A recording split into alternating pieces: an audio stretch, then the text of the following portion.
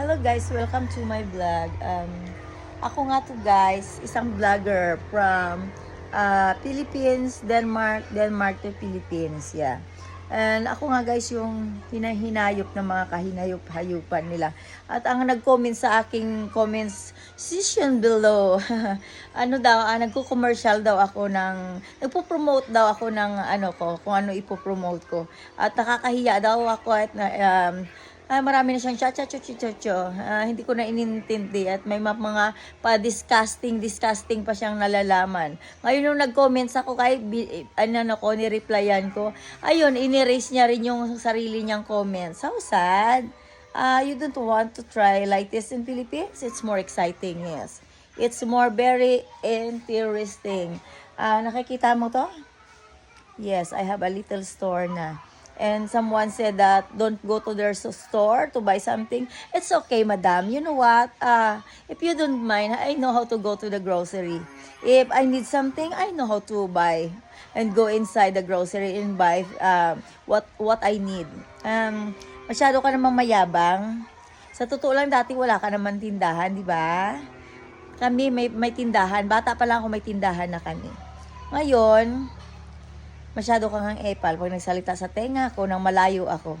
Pero kapag nandito ka para kang utot na bansot, yan. Mayroon akong tindahan, guys. Ayan, yung puhunan ko siguro diyan is mga 10,000 na. Yeah. Included na nice money that it came from me to.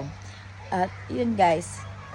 Mayroon akong sariling bahay. Ang bahay ko na yan, luma man yan dahil hindi na mi-maintain. Kapag ako'y nagpadala, wala akong mautusan dahil busy ang mga tao. At yan guys, yan, di ba? Hindi sa pinagmamayabang guys, ang taong hindi tamad ay may pag-asang magkaroon kung ano ang pangarap mo. Kailangan mo lang ng sipag at tiyaga at maghintay ka kung kailan ka aani ng iyong pinaghirapan. Ang YouTube channels ko, pakiusap kung if you don't have any good comments, don't comments, okay? Because I'm the type of person, if I say something, because that's real. That's the reality behind their lie story. Now, if you feel bored because you think that, I cannot read your comments, if you don't mind, I know how to read comments, okay? But I hate that you attacking me behind my back. And then if I say something, you will erase your comments because you know that you are guilty. Yeah. Guilty doing bad, how to destroy my dignity.